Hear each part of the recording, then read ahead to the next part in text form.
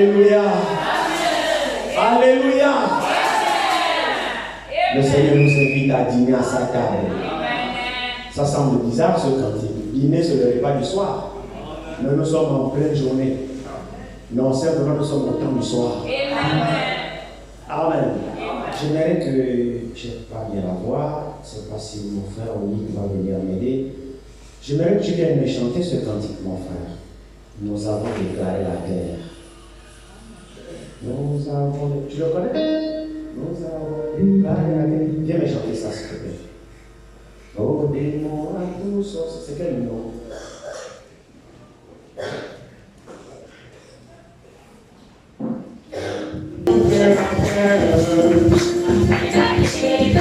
Oh,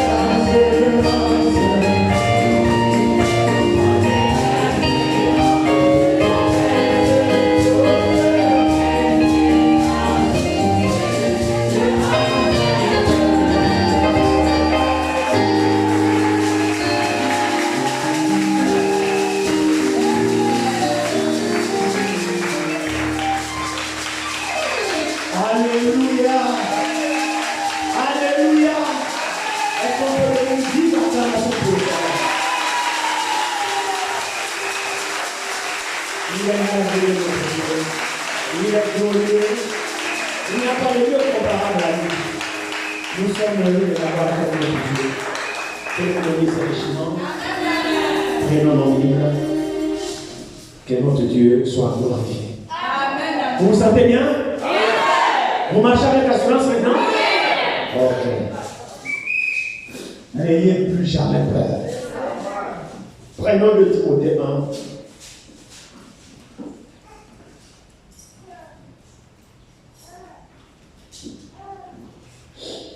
De Timothée 1, nous lisons du verset 6 au verset 8. 2 Timothée chapitre 1, du verset 6 au verset 8, nous lisons la parole du Seigneur. Amen. C'est pourquoi je t'exhorte à ranimer la flamme du don de Dieu que tu as reçu par l'imposition de mes mains. Car ce n'est pas un esprit de timidité que Dieu nous a donné. Au contraire, son esprit nous remplit de force, d'amour et de sagesse. N'aie donc point honte du témoignage à rendre à notre Seigneur, ni de moi son prisonnier. Mais souffre avec moi pour l'évangile par la puissance de Dieu. Que le Seigneur ajoute la bénédiction à l'étude de sa parole. Prions. Précieux Sauveur, nous te disons encore merci ce matin. Nous sommes heureux, Seigneur, de chanter ces cantiques, de pousser des cris, des joies, Seigneur, à ton honneur. Merci pour la santé, merci pour la force, merci pour la vigueur, Seigneur. Surtout, merci pour les bonnes dispositions. Tu nous as conduits encore dans ta maison, tu nous as conduits parmi les vivants, Seigneur. Nous sommes vraiment un peu plus privilégiés. Nous sommes un peu plus bénis de toi, Seigneur. Nous réalisons tes bontés, tes compassions sur nous. Merci, Seigneur, pour tout ce que tu fais pour chacun de nos pères. Agresse louanges encore, agresse cris de joie. Maintenant, nous allons lire une portion de ta parole. Bénis-la, Seigneur, mon Père, dans nos cœurs. Bénis-la dans nos oreilles, Seigneur. Maintenant, viens nous parler, notre Dieu. Mon Père et mon Roi, ton peuple n'est pas venu pour m'écouter. Ton peuple n'est pas venu écouter la sagesse des hommes.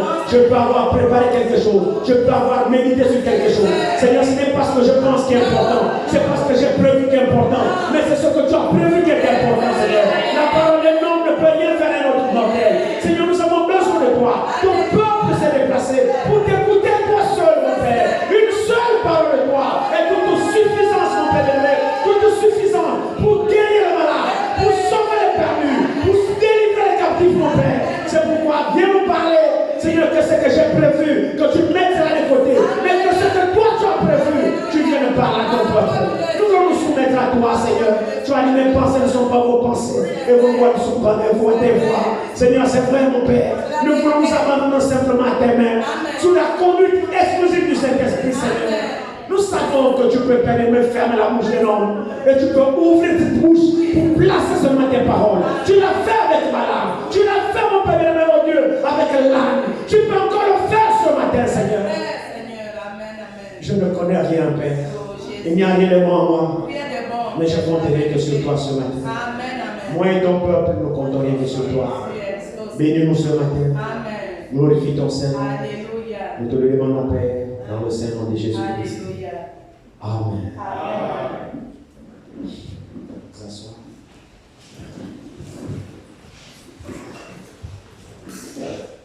Que le nom du Seigneur soit glorifié. Pour tout ce qu'il fait parmi nous. Nous le sommes encore reconnaissants ce matin. Alors que je me suis levé, j'étais beau depuis 4 heures. Et puis j'ai tourné sur le lit, je suis tourné après, vers 5 heures moins. Je suis allé au salon, et puis là, j'ai pris la Bible. Quand je voulais méditer, la pensée ne venait pas méditer. Je me suis mis à genoux pour prier, et quand je me lève de la prière, il était 6 heures. Je n'ai même pas pu pratiquement toucher la Bible. Et là, je pensais à beaucoup de choses. Quand je priais, je disais, ah Seigneur, qu'est-ce que ta bonté est tellement grande. Et puis je ne sais pas, est-ce que c'était un rêve ou bien c'était une réalité, je ne sais pas. C'est comme si dans la nuit, cette nuit, il y avait une grande boule de tonnerre. Je ne sais pas, c'était un rêve, je ne sais pas. Je ne l'avais pas entendu. Bon, c'est peut-être un rêve. Il y avait une grande déflagration qui était vraiment très grave. À un moment donné, je pensais que Vous savez, là où je suis, c'est sous dalle, je n'ai pas de toiture. Je me disais, est-ce que la dalle s'est même fendue? Un grand coup de tonnerre. Et puis je me dis, waouh, est-ce que c'est la pluie? Quand j'envoie l'oreille, il n'y a pas la pluie. Je dis, ça c'est quoi? Tout c'est mes oreilles, mes illusions, je ne sais pas. Et puis le matin, en priant, je disais, je pensais à l'enlèvement. J'étais là, chez nous, je priais, je pensais à l'enlèvement. Je dis, oh Seigneur, quel moment glorieux l'enlèvement. Oh, nous serons dans ta présence. Nous pouvons être là, adieu les soucis, adieu les souffrances, c'est terminé, tous ces labeurs-là, et puis nous serons pour toujours auprès du Seigneur. J'étais vraiment en train de penser, j'ai prié, et puis la pensée m'est venue, j'ai dit, oh Seigneur, qui pourra rester? Qui restera? Je ne souhaiterais pas, bon, je vous partage les pensées qui arrivent. Je dis, Seigneur, je ne souhaite pas que quelqu'un puisse rester. Que quelqu'un ne puisse pas rester ce jour-là quand le Seigneur viendra prendre ses enfants, parce que ça va être terrible. Ça va être terrible. C'est-à-dire qu'on se lèvera le matin et tu t'apercevras que les bien-aimés ne sont plus là. Rien que d'y penser, le cœur fait mal. Tu te réveilles le matin, tu regardes, le frère n'est plus là, tu regardes, la soeur n'est plus là. Pour nous qui sommes enseignés, tu sauras quand on est mal. C'est facile pour réaliser quelque chose. Nous qui sommes enseignés, tu sauras que merde, ils sont partis. Je parlais avec ma fille ce matin, au salon, je disais, et quand nous allons réaliser que les autres sont partis, et puis ça va être finalement trop tard. Frère, si nous restons, celui qui restera saura pourquoi il reste. Parce que pendant le temps que nous sommes, le Saint-Esprit parle, il nous interpelle, il nous parle, il nous conscientise, que nous puissions nous séparer de tout ce qui nous empêche d'obéir au Seigneur, tout ce qui nous empêche de marcher avec lui. Le Saint-Esprit nous parle, mais toi tu sais la chose par laquelle tu es lié. Tu sais la chose qui occupe la première place dans ton cœur, en dépit de la parole, en dépit de ce que tu écoutes. Tu n'es pas prêt à abandonner cette chose. Tu sais. Pour toi, c'est une chose tellement importante pour toi que ce que le Seigneur dit, en tout cas ça va. Je ne veux pas te détacher de ça. Tu sais. Mais laisse-moi te dire que ce jour-là va arriver, le jour d'enlèvement. Et la chose pour laquelle tu ne veux pas te séparer pour te soumettre totalement au Seigneur, tu la vomiras le jour. Quand tu vas te rendre compte, mais finalement je suis resté. Je disais à ma fille, je dis, à quoi cela nous sert? Le jour-là, le mariage te servira à quoi? Le mari te servira à quoi? La femme te servira à quoi? Les enfants te serviront à quoi? L'argent te servira à quoi? La maison te servira à quoi? Mais toi, mes frères, réalisez-le. Très sincèrement, ça te servira à quoi? Des comptes en banque, ça te servira à quoi? Tu as des millions en banque. Quand tu te rends compte que les autres sont pas, honnêtement, ça te servira à quoi? Les maisons que tu as, la femme que tu as, les enfants, le mari, très sincèrement, tu es resté. Tu es resté. Les autres sont partis. Tout ce que tu as là, ça va te servir. Tu vas réaliser la merde, je suis resté. Et maintenant tu vas essayer de prendre le conseil. Maintenant je vais servir le Seigneur, mais c'est trop tard. Toutes les résolutions que tu vas prendre à partir de ce moment-là ne serviront plus à rien. Je ne sais pas si nous comprenons ces choses. Toutes les résolutions, les décisions que tu vas prendre, la fermeté que tu vas avoir, à partir du moment où tu as compris que les autres sont partis, ne te serviront plus à rien. Frère, le Seigneur ne va pas recommencer l'enlèvement à cause de toi. Parce que tu viens maintenant de prendre conscience. Non, non, c'est fait, c'est fait. Oui. Je pense à mon bien-aimé frère Jean-Marie, il y a ceux qui nous suivent souvent là-bas du côté de la Suisse. La première fois qu'il était venu ici, notre frère Jean-Marie, pour ceux qui ne le connaissent pas, c'était le diplomate de la Côte d'Ivoire au Gabon. Il a fait 5 ans avec nous, il était avec nous ici dans cette assemblée. Alors la première fois qu'il était venu ici, je me souviens, c'était par le frère Innocent qu'il avait conduit ici. Là, l'église était encore en planche. Il est venu en éclaireur pour observer. Le frère Innocent lui a dit, allons d'abord toi-même écouter. Il dit au frère Innocent, mais frère, il dit, allons, je vais voir. Le frère est venu, on a discuté. Et je me souviens ces paroles-là que mon précieux frère Jean-Marie Aka m'avait dit ce jour-là. Il dit, frère, il était venu seul, il a laissé sa famille, il est venu en éclaireur. Comme quoi, pour goûter d'abord, pour voir si c'est bon. C'est ça.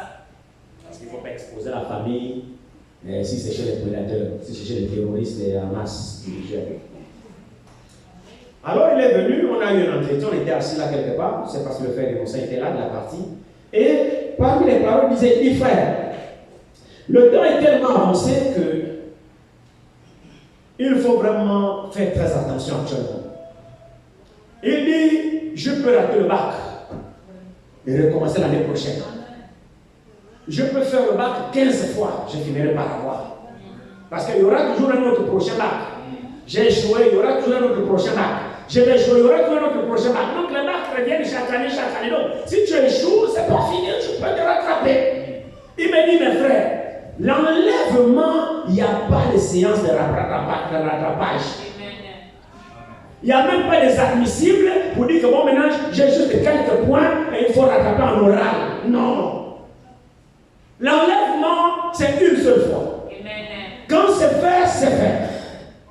Il n'y a pas dit non, j'ai raté l'enlèvement, l'année prochaine, il y aura encore un deuxième enlèvement. Frère, il n'y a plus. Le frère m'avait donné ça ici. Il dit l'enlèvement, quand tu rates, tu rates. Et cette parole-là, j'ai gardé ça jusqu'au jour. L'enlèvement, mon frère, ma soeur, quand tu rates, ça c'est fini. Il n'y a pas à recommencer. Et maintenant, prépare-toi pour subir la colère de l'agneau. Subir les foudres de l'Éternel.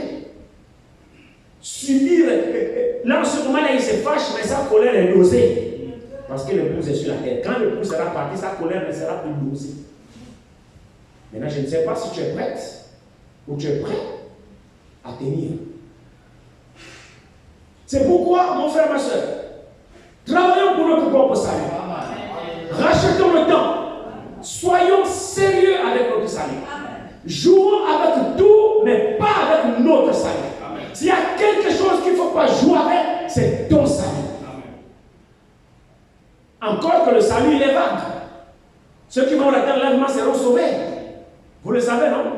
Oui, ceux qui rateront l'enlèvement seront sauvés, mais au détriment de leur vie. Ça, je ne souhaite ça à personne. Nous ne sommes pas là pour le salut. Non. Le salut, c'est quiconque croit en Jésus-Christ est sauvé, est la vie éternelle. Ça, c'est le salut. N'importe qui croit aura la vie éternelle. Nous ne sommes pas là pour la vie éternelle. Moi, pour ma part, je ne suis pas là sur la terre pour la vie éternelle. Moi, je suis là pour participer à la première résurrection. C'est-à-dire, voilà l'enlèvement. Pour ne pas affronter le Seigneur dans sa colère. Je ne saurais pas tenir. Parce que quand les arbres vont dire, tombez sur nous, quand les montagnes vont dire, disparaître devant la colère de l'agneau, c'est pas toi qui dira, mon Seigneur, je suis là, j'affronte ta colère. C'est pas toi, frère. Quand le soleil refusera même de briller devant la colère de Dieu, nous sommes au temps favorable. Nous sommes au jour du salut. Prenons notre salut, notre préparation au sérieux. Arrêtons de jouer. Arrêtons de blaguer. Arrêtons de plaisanter. Si un temps devant être sérieux, c'est maintenant. Et le temps ne tourne pas en notre faveur. Les événements actuels montrent que le Seigneur vient bientôt. Les événements du monde témoignent que le Seigneur vient bientôt. Alors quand nous voyons cela, mon frère, ma soeur, c'est maintenant le moment où tu dois te préparer. Travailler davantage pour ton propre salut. Le texte d'introduction nous dit ceci, il dit, principalement le verset 7, il dit, car ce n'est pas un esprit de timidité que Dieu nous a donné. Au contraire, son esprit nous remplit de force, d'amour et de sagesse. Amen. Alléluia. L'église est d'accord avec ça? Ce n'est pas un esprit de timidité que le Seigneur nous a donné. Non, non, non, non, non. Ce n'est pas un esprit de nonchalance. Non, non, non, non. Ce n'est pas un esprit de peur. Non, non, non, non. L'esprit que Dieu nous a donné, c'est un esprit de force, un esprit de courage, un esprit d'hardiesse, un esprit qui ne nous fait pas reculer devant n'importe quelle puissance. Dieu ne nous a pas laissé faibles sur la terre. Non, nous ne sommes pas des paresseux, nous ne sommes pas des patrons, nous ne sommes pas des gens qui pleurnichent à tout bout de champ. Non, Dieu nous a rendus vaillants, des combattants. Et si vous regardez, frère, tous ceux que Dieu a appelés, tous ceux qui ont servi Dieu n'ont pas été paresseux. C'est pourquoi chacun doit regarder l'esprit qui le conduit. Parce que nous avons affaire au même Dieu.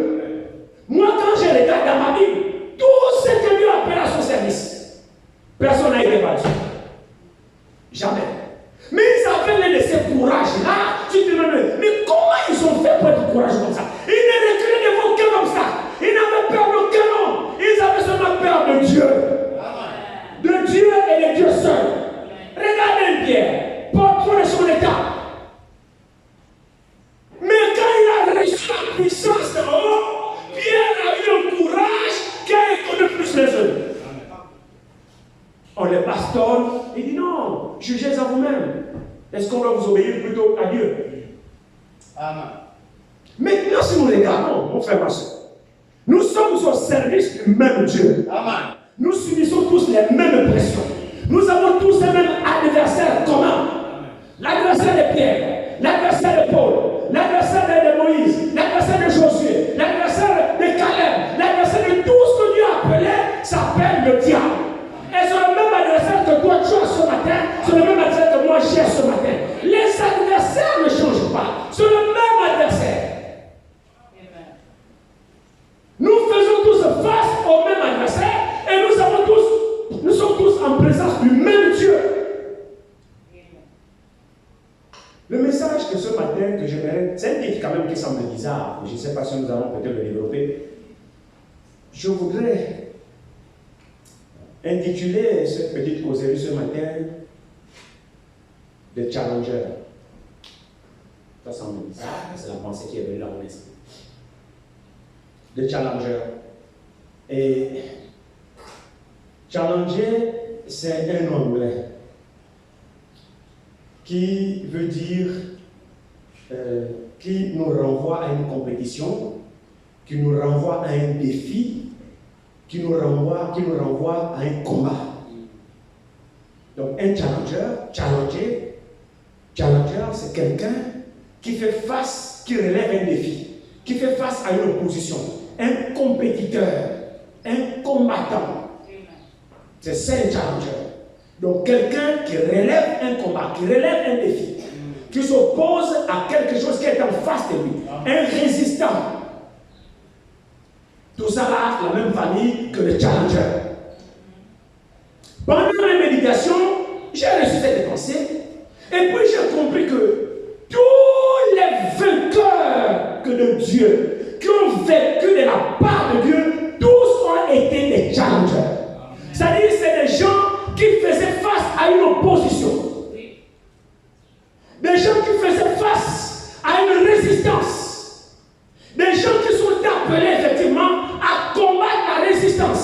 Vous voyez, il y a le challenge positif.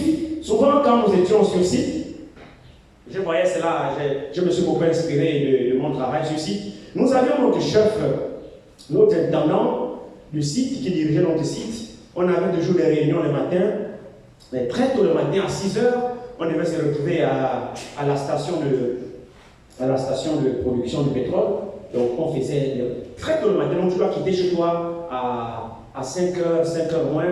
Tous les superviseurs devaient assister effectivement à ce meeting, le toolbox meeting du matin. Donc très tôt le matin, 6 h, ils rassemblaient tous les superviseurs du département.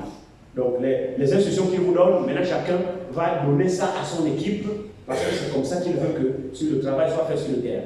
Et souvent, il devait toujours utiliser cette expression-là, challenger. C'est-à-dire, il nous incitait en fait à relever les défis qui se dressent devant nous. Que ce soit du côté professionnel, parce que là-bas nous étions plus dans le côté professionnel. Que ce soit du côté professionnel, lui c'était vraiment un bon manager. Il vous mettait en face la difficulté, c'est-à-dire que quand tu es en face la difficulté, il t'amenait effectivement à te surpasser. Il nous faisait toujours transmettre un message pour dire non, vous ayez l'esprit de compétition. Ne soyez pas un défaitiste. C'est-à-dire devant la panne, tu as essayé de passer, j'en sais rien moi, 2 heures de temps, tu ne trouves pas la panne, et puis tu abandonnes, tu pars. Lui il disait toujours, il dit, moi j'ai la politique de la tortue. Oh, j'aimais bien ce superviseur, il s'appelle Steve. Il dit, moi j'ai la politique de la tortue, je ne cours pas. Je suis très méticuleux. Si aujourd'hui je n'ai pas découvert, vous pouvez courir derrière le temps. Moi, je vais étape par étape. Je procède par élimination. Je vais être sûr que là où je suis passé, je me suis rassuré qu'il n'y a rien qui m'a échappé. S'il faut que ça me prenne tant de temps qu'il faut, que ça prenne tant de temps. Et lui, il ne met pas, il t'envoie dans une intervention. Tu fais des interventions, peut-être pour une seule intervention, tu pars 10 fois. Il met ta compétence en doute. Il dit, tu n'es pas technicien, je doute de ta compétence. Il dit, je préfère que tu me passes toute la journée sur une intervention et quand tu reviens, tu me viens avec des résultats. Que d'aller après les 30 minutes, tu es le chef, j'ai fini. Et puis quand tu dis que tu as fini, tu as livré le chantier, 15 minutes plus tard, on t'appelle. Oh, la pardon, tu retournes encore, le même travail que tu as fait. Non, il dit, non, j'aime pas ça. Il dit, prends tout ton temps. politique de la tortue. Il dit va doucement mais sûrement. Va lentement mais sûrement. Quand tu sors de là, tu es sûr. Même si quelqu'un est passé derrière et dit ah, ça tu n'as pas bien fait, tu douteras de cette personne parce que tu sais où tu reviens. Et oui, donc il nous communiquait cet esprit de challenger. Il dit un bon technicien, c'est un challenger. Tu ne recules pas devant une panne. Tu ne recules pas devant une difficulté. Tu ne recules pas devant quoi que ce soit. Tu fais face. Tu es là, tu as étudié, c'est ton travail. Alors prends tout ton temps. Et quand vous regardez dans la foi, mon frère, ma soeur, c'est la même chose. Dieu a besoin des challengers. Dieu travaille avec les challengers. Parce que nous sommes aussi sur une terre d'hostilité. Nous sommes sur une terre de défis. Et celui qui nous défie tous les jours s'appelle Monsieur Satan. Et il vient à nous avec toute forme d'astuce. Avec toute forme de tactique.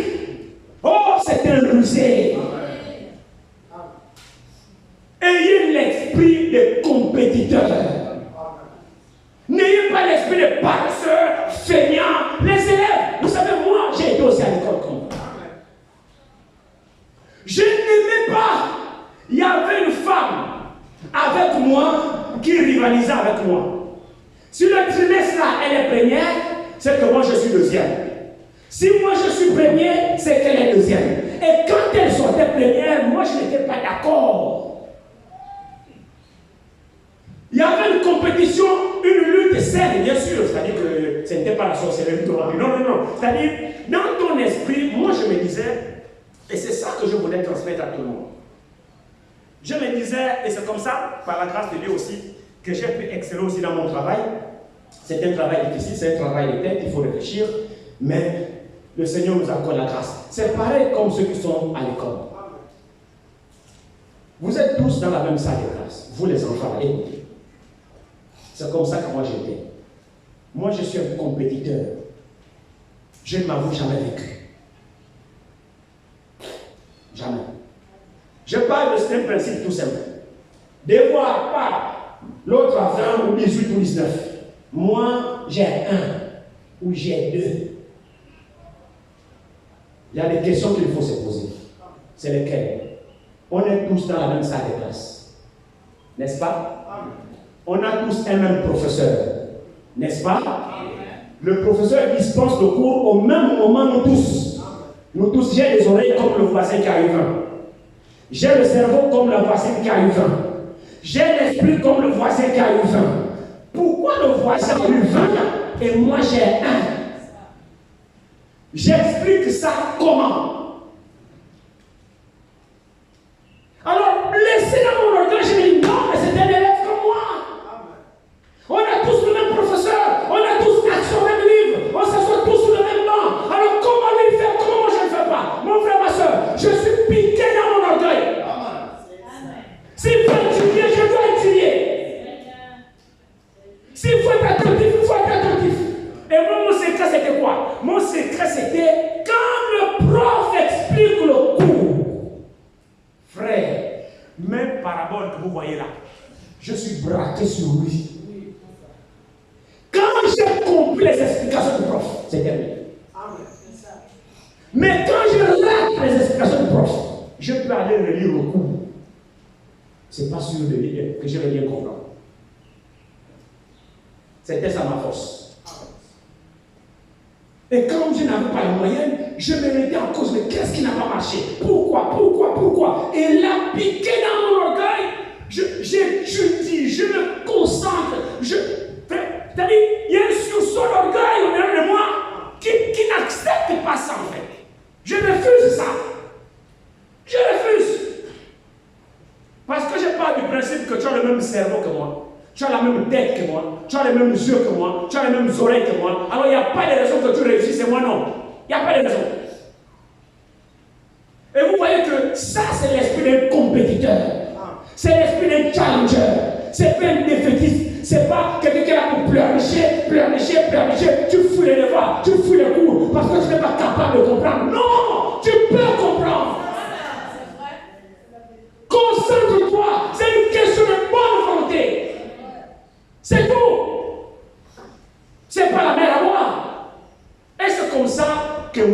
je m'en sortais. Même dans le domaine professionnel, j'ai fait face à des équipements que je n'ai jamais appris. C'est vrai ce que je vous dis. Déjà dans le domaine technique, s'il y a des techniciens dans la salle, ils peuvent comprendre ce que je dis. Dans le domaine technique, ça évolue tous les jours. Ça évolue tous les jours. Chaque jour, on évolue, on évolue. À l'époque que j'ai eu à apprendre, c'était les télémécaniques. Maintenant, en ce moment, c'est des automates. Moi, je n'ai jamais utilisé les automates, non. Bon, plus que tu es technicien, et il y a un équipement qu'on te donne et qui fonctionne avec les automates. Tout c'est l'électronique. Mais moi, je n'ai pas utilisé l'électronique. Tu vas dire quoi à ton employeur? Patron, je ne connais pas ça. Il va t'asseoir. Moi, j'ai besoin d'un technicien compétent. Tu fais quoi? Ah, tu te débrouilles. C'est vrai que c'est l'automate, mais c'est le même système. C'est tout. C'est des automates, mais c'est le même système de fonctionnement. Là, il y a un système corporel intégré.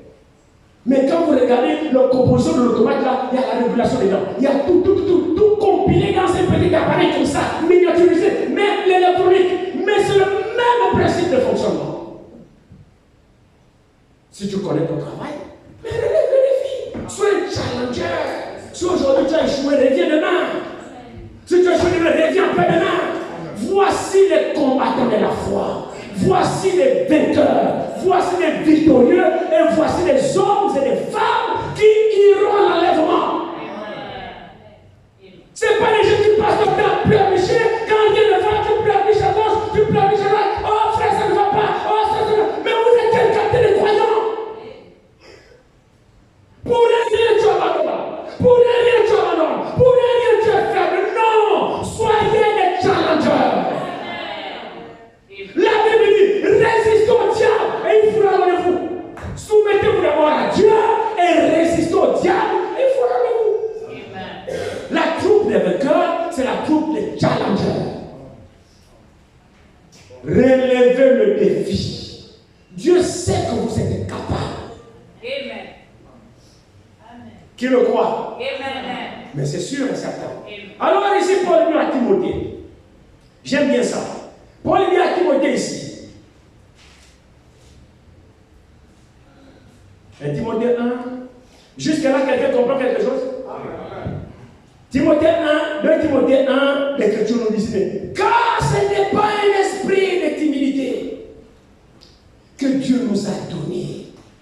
Regardez comment vous savez un vainqueur. Un challenger, comme je le disais, c'est d'abord un état d'esprit.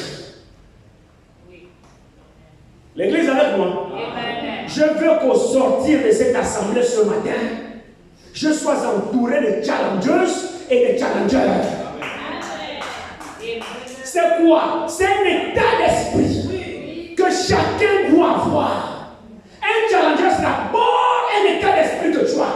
Quel est cet état d'esprit? L'état d'esprit qui dit, je vais y arriver. Tu vois l'obstacle, un challenger, il ne regarde pas l'obstacle. Le challenger dit, je vais y arriver. C'est ton état d'esprit d'abord. C'est ceux-là que Dieu utilise. Mon frère, ma soeur, la terre sur laquelle Dieu nous a laissé est remplie de Goliath. Elle remplit les obstacles. Mais Dieu a laissé sur la terre pas des patrons, mais des challengers. Parce que lui-même, le maître en chef, lorsqu'il est venu, ce n'était pas timide, hein? Devant Satan, il n'a pas tremblé. Non, c'était un challenger. Jésus était un challenger. Et il ne se soumettait pas au diable. Le diable avait volé toutes les couleurs et lui répondait présent à chaque défi. Chaque défi que le diable lui tendait, Jésus répondait au défi. Quel est ton état d'esprit? Tu te mets à fuir les épreuves. Tu ne sais pas que partout où tu marches, ce qui se trouve sur ton chemin, c'est un challenge que toi tu dois relever. Tout ce qui se dresse devant toi, matin, midi et soir, c'est un challenge. Et ton rôle, c'est de le relever. Alors sois compétiteur. Ne sois pas un pleurnicheur. Oh mais frère, oh vraiment tu vois que... Non. Non. L'esprit que Dieu nous a donné, regardez l'état. Vous voyez, j'étais en train de dire que un challenger, c'est l'état d'esprit. Quand un challenger arrive quelque part, frère, il est d'abord rempli d'assurance. Je ne sais pas si vous voyez quelque chose. Il est rempli d'assurance. Il sait que quel que soit le problème, il y a la solution. Un challenger est équipé de cet état d'esprit. Quelle que soit la montagne qui se dresse devant toi, le challenger dit la montagne là. Si je regarde bien, il y a une issue. Alors il ne panique pas. Non, il ne panique pas, il est là, il regarde. Il observe l'obstacle, il observe. Ok, d'accord. C'est grand, oui, d'accord, c'est grand. Il ne panique pas. Il est en train de regarder l'obstacle. Il y a forcément une faille dans cet obstacle-là. Il y a forcément, même si l'obstacle est en hauteur comme ça, le challenger regarde la faille de l'obstacle parce que lui vise toujours là où il y a la faille. Le courage qu'il a l'amène effectivement à voir la victoire, à relever le défi. Mais nous aujourd'hui, les croyants dans ce tâche, nous ne sommes plus des challengers. Nous ne sommes plus animés d'un esprit de challenger. Nous sommes des défaitistes. Regardez même les termes dans lesquels mon frère tout à l'heure quand il conduisait les chants. Il parlait de le cantique qu'il a chanté. Si nous réalisons cela, vous savez frère, un challenger quand il vient à l'église, il a un autre état d'esprit. Quand il chante, il sait pourquoi il chante. Alléluia. Il ne chante pas pour avoir la victoire. Non. Un challenger sait qu'il a la victoire. Et dans le cas de figure, le cas de l'église, nous ne combattons pas pour la victoire. Nous combattons déjà dans la victoire. Donc, si ces choses nous sont révélées, frère, nous devons être des vaillants soldats. Vous comprenez maintenant pourquoi j'ai demandé à mon frère de chanter ce cantique-là? Nous avons déclaré la guerre au diable, à tous les sorciers, aux démons. Mais c'est la vérité, frère. Ne le chantez pas comme des religieux, mais ce sont des challengers qui comprennent qu'effectivement, nous avons déclaré la guerre. Mais la guerre que nous avons déclarée, nous avons déjà la victoire. Mais comment j'ai la victoire? Et j'avance au combat en ayant la peur. En ayant la peur. C'est ça notre état aujourd'hui. Pourquoi ne sommes-nous pas guéris? Pourquoi ne sommes-nous pas délivrés? Pourquoi il n'y a pas de victoire parmi nous? Vous vous êtes posé la question, mais c'est dû à notre état d'esprit. Nous ne sommes plus des challengers. Et le diable, c'est ça. C'est la vérité. Le diable ne résiste pas de un challenger. Le messager dit, le diable c'est un épouvantail. Lorsqu'il vient, il dit, oh frère, le diable sait que son sort a été réglé depuis avant le temps. Le diable c'est ça. Mais c'est le croyant qui ne sait pas qu'il a déjà la victoire. Mais Satan sait qu'il a été vaincu. Satan le sait. Alors, quand il vient à toi seul, quand il vient à ton frère, il vient avec prudence parce qu'il sait que si tu crois à la personne de Jésus-Christ, lui il est foutu. Alors il tente. Il tente pour voir si tu es sûr de ta victoire ou si tu doutes de ta victoire. Alors le messager dit, le diable vient, c'est un épouvantail. Il se cache dans une touffe d'herbe, dans le noir. Il n'ose pas se présenter frontalement devant toi. Non, il va encaisser des coups. Donc, on ne sait jamais. Il se met à distance et il se cache. Et quand tu passes, il tente de t'effrayer, il bouge l'herbe. Il va dire, ouh. Donc, bien sûr, il est sur la défensive, il fuit. Donc, il n'ose pas t'affronter. Il tente de voir si tu es un challenger ou toi tu es un défaitiste. Alléluia. Ouh. Il voit ta réaction. Il dit, oh, frère, viens, viens. Et là, c'est là où il sort de là-bas. C'est toi qui fais. Imaginez-vous Satan qui poursuit un chrétien. Représentez-vous la scène. C'est bizarre, hein? J'ai la Bible. Mais non, je suis chrétien, je crois en Jésus, frère, je crois en Jésus. Satan dit, hey, tu as la Bible, mais tu fais un chrétien qui fait Satan? Non, mais c'est l'inverse. Le prophète dit, lorsqu'il dit ouh, toi tu dis ouh, il dit là, lui il a connu sa place, il fuit. Lui, il vient essayer pour voir, il tente voir. Il dit, si tu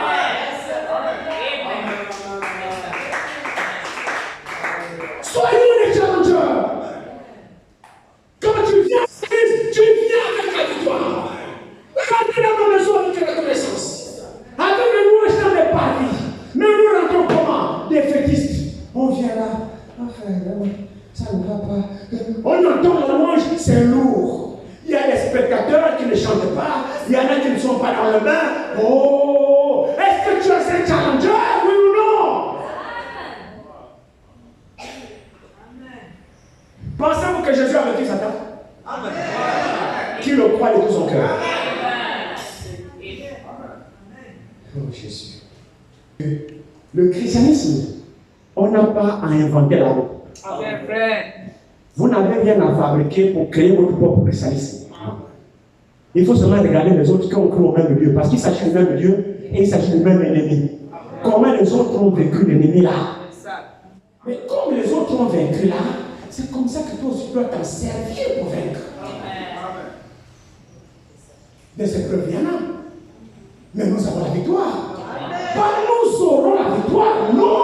Nous savons la victoire. Et la victoire qui triomphe du monde, c'est notre foi.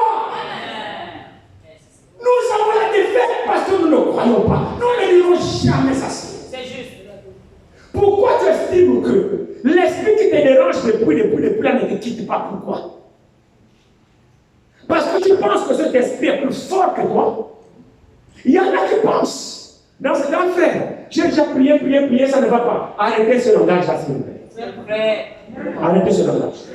Un challenger n'a pas un tel langage. Non. Un challenger n'a pas un tel langage. Un challenger, c'est quelqu'un qui a la victoire. Il ne doute personne dans sa victoire.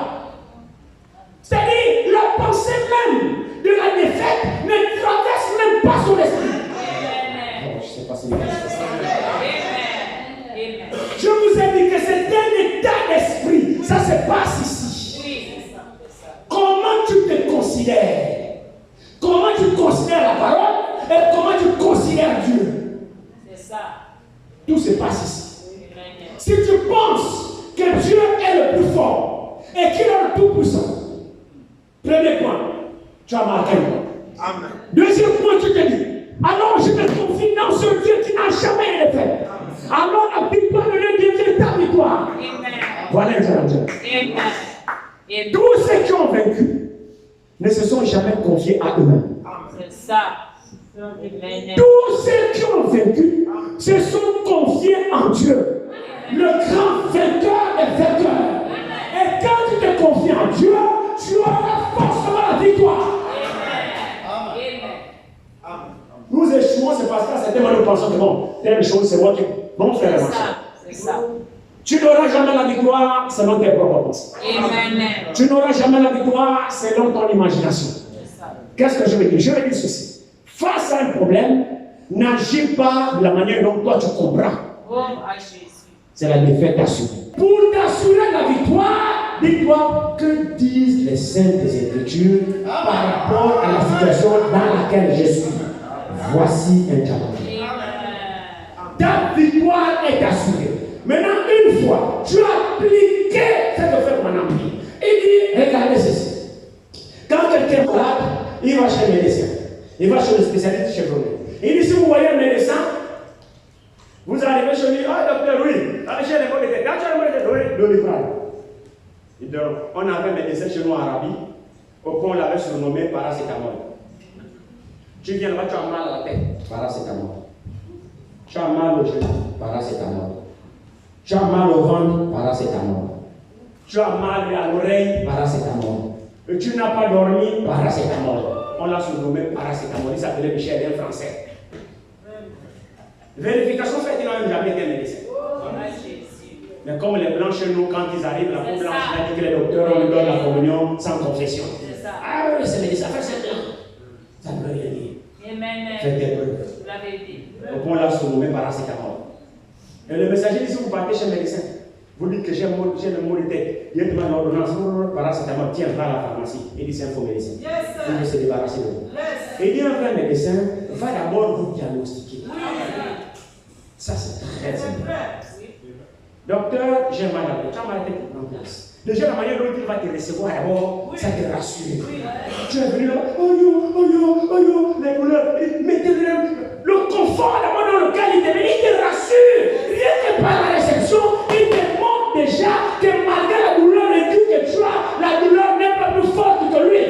Il a foi dans sa formation et il a foi dans son traitement qu'il va te donner. C'est pourquoi la première chose d'un vrai médecin qualifié, c'est de rassurer le patient. Ça va aller.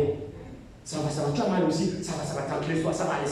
Il ne panique pas. Un docteur ne panique jamais de Parce qu'il a la responsabilité de rassurer le malade.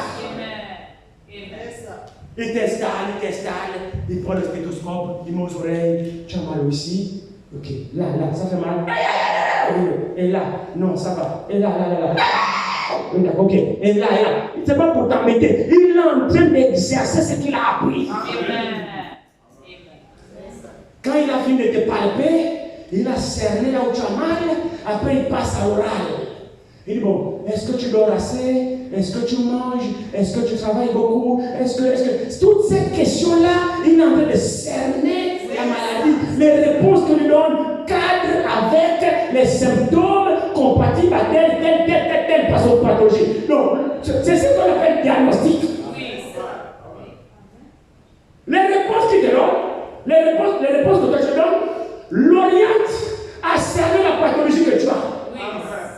Et maintenant, quand il a fini là, les questions, le palpage, le souffle, inspire, tout ça là, c'est pour un but. C'est pour arriver à cerner la pathologie que tu as. Maintenant, une fois il a fini, il te fait l'ordonnance. C'est par rapport à ce qu'il a essayé après le diagnostic. C'est ça un vrai médecin. Donc l'ordonnance qu'il te fait là, il a déjà cerné le mal que tu as. Maintenant il t'écrit des médicaments qui peuvent combattre le mal là que tu as. Maintenant quand il te donne l'ordonnance, tu vas à la pharmacie. Le rôle du pharmacien c'est de te servir ce que le médecin a prescrit. Tu prends ça, tu viens à la maison, tu déposes sur la tablette, tu dors. Non.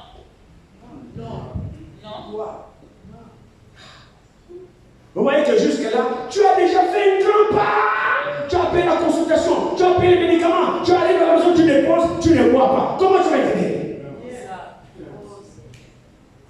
Bois maintenant les médicaments. Et c'est là où est notre problème. C'est là où est notre problème. Nous payons l'argent du taxi pour venir à l'église. Il y en a qui habitent très loin. C'est des sacrifices. C'est comme tu t'es déplacé pour aller à l'hôpital.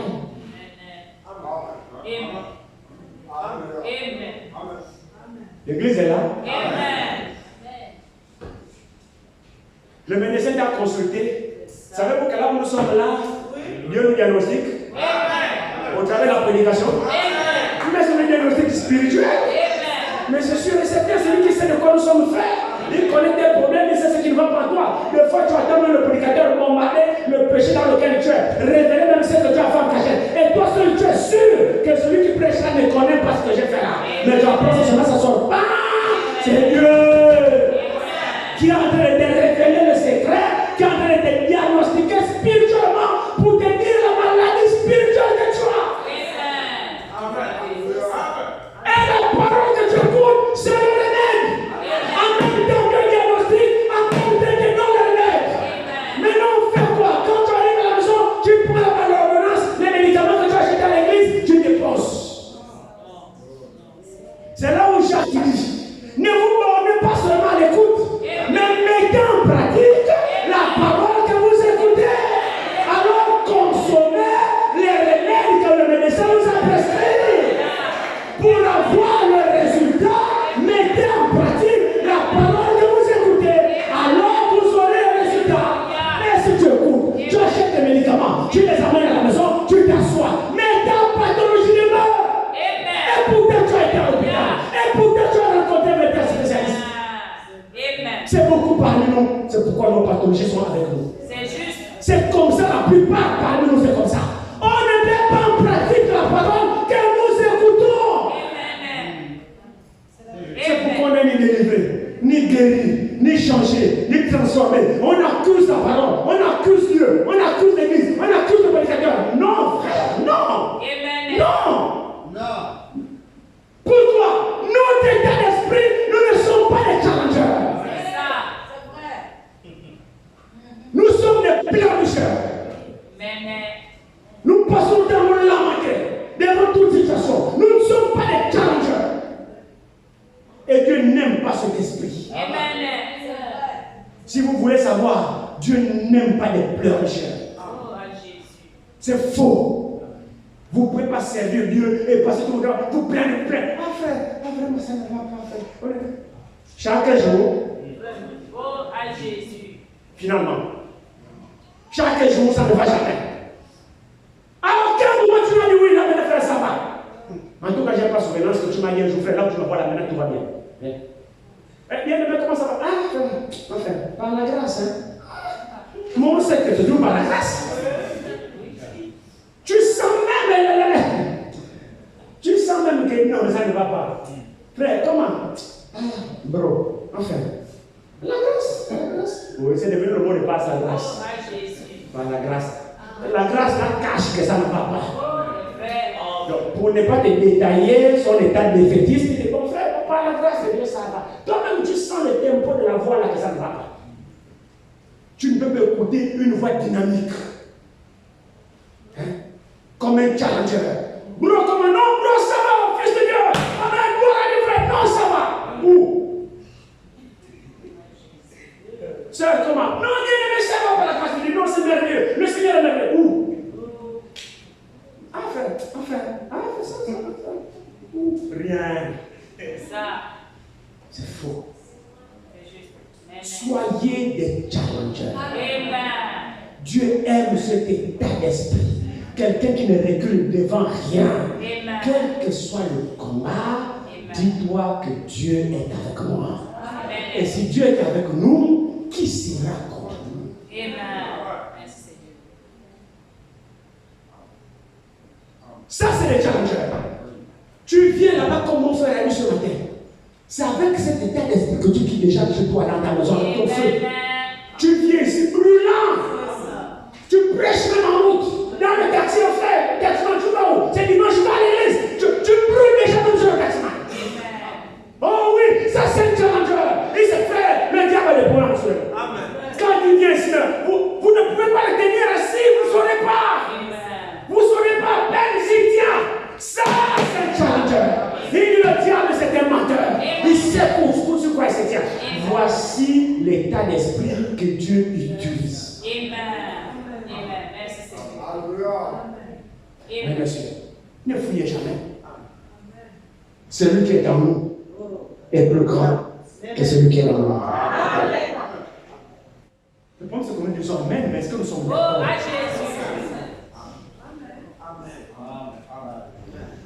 Qui est challenger? Amen.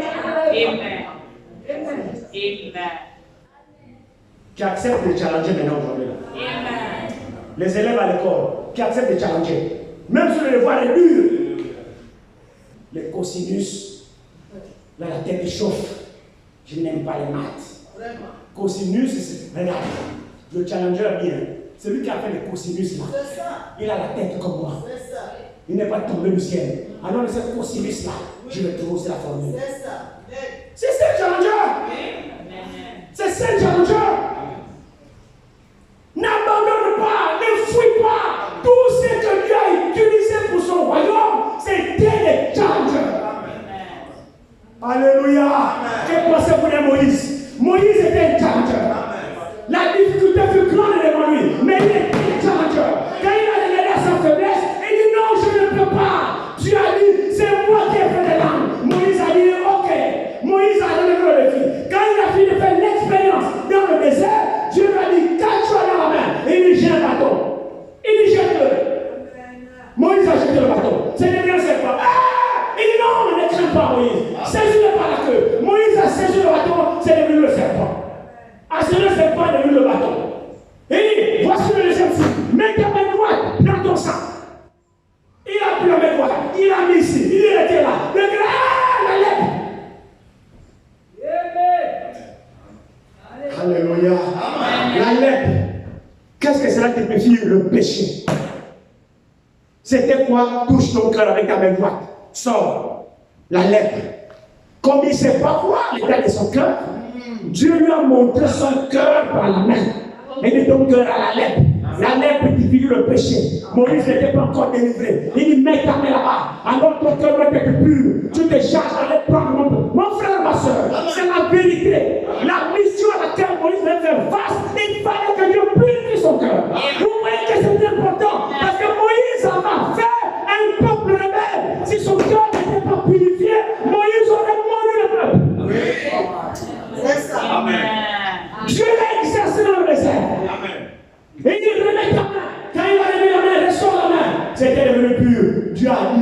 déjà changé ton cœur.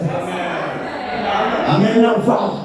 Oh, après cette expérience, Moïse a un peu peur de Pharaon. Quand il lui a dit, va chez Pharaon, Moïse a dit, je vais te donner des filles.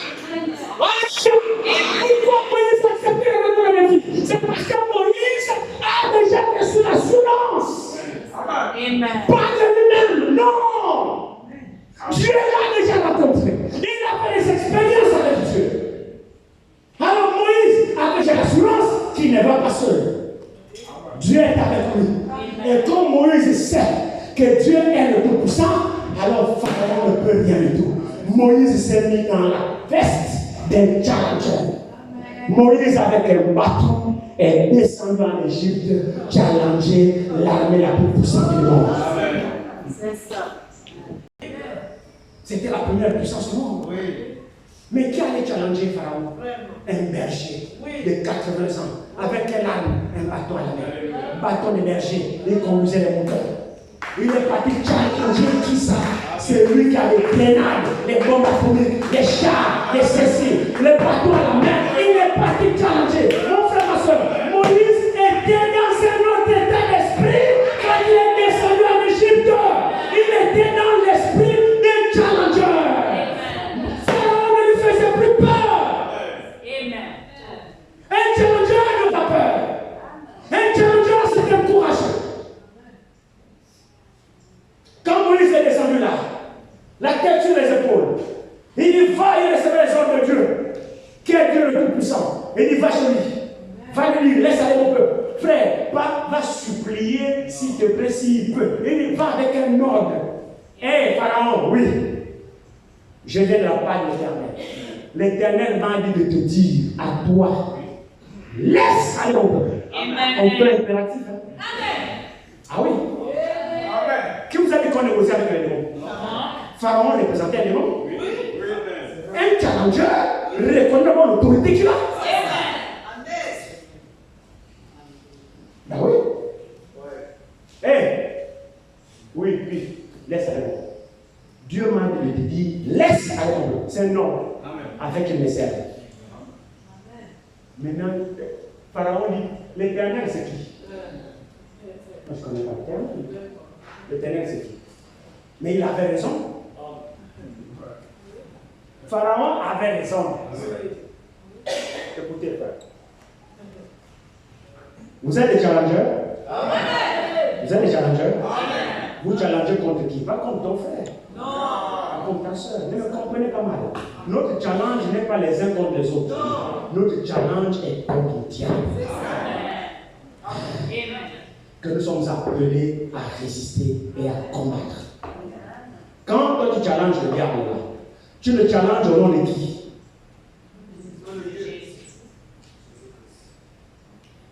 Pharaon, Moïse est allé challenger Pharaon au nom de qui? Au nom de l'Éternel. Très bien. Est-ce que Moïse avait expérimenté l'Éternel? Non. Oui, Moïse avait fait l'expérience. Oui. Hein? Oui. Non, attendez-vous vous-même. Oui. Est-ce que Moïse avait fait l'expérience de l'Éternel? Oui.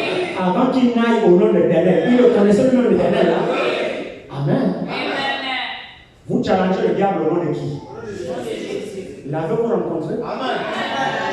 Avez-vous une expérience avec lui? Où est le problème alors? Tu n'as rien à faire aux croyants ce matin. Alléluia. Mais le problème est terminé, mon frère. Comme vous êtes vraiment, la question est réglée. Si ceux qui challengent le diable ont rencontré Jésus, et le challenge au nom de Jésus, mais le combat n'est pas pour toi.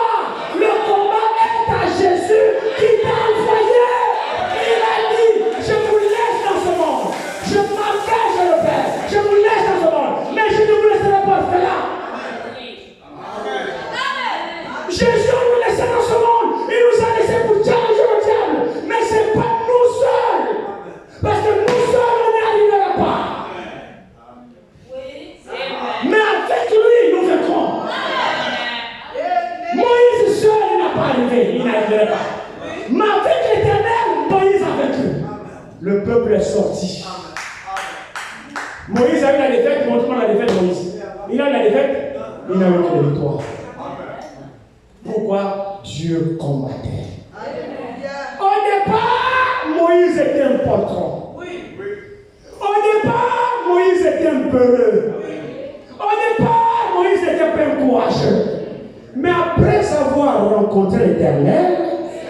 conversation particulière. Lui et l'Éternel, l'Éternel et lui. Un dialogue. Une rencontre personnelle entre Dieu et son sujet.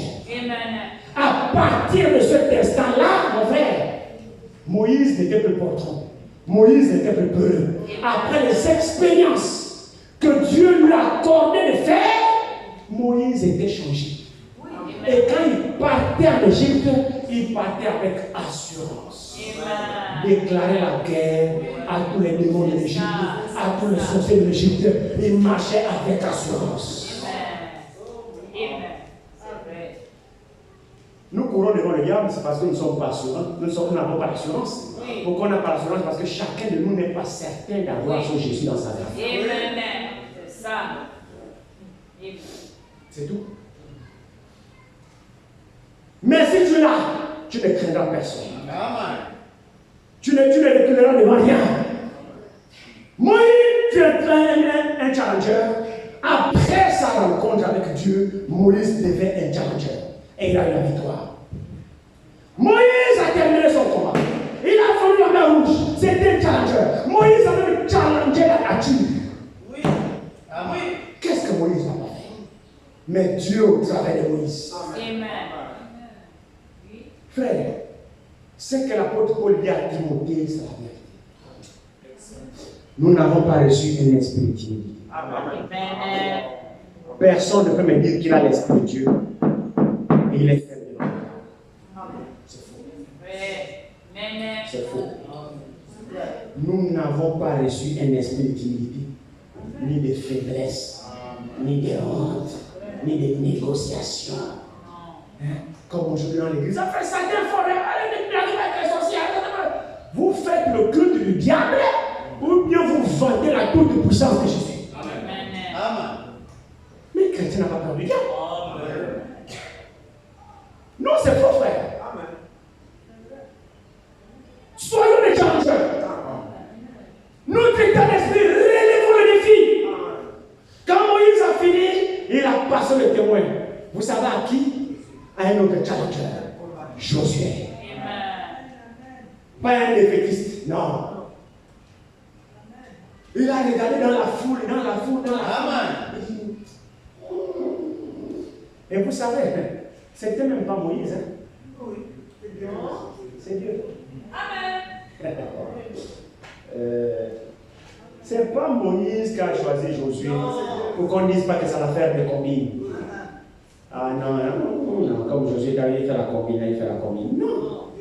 Moïse a seulement fait la prière. Il dit, ah Seigneur, voici bientôt je m'en vais. Ton peuple va rester seul.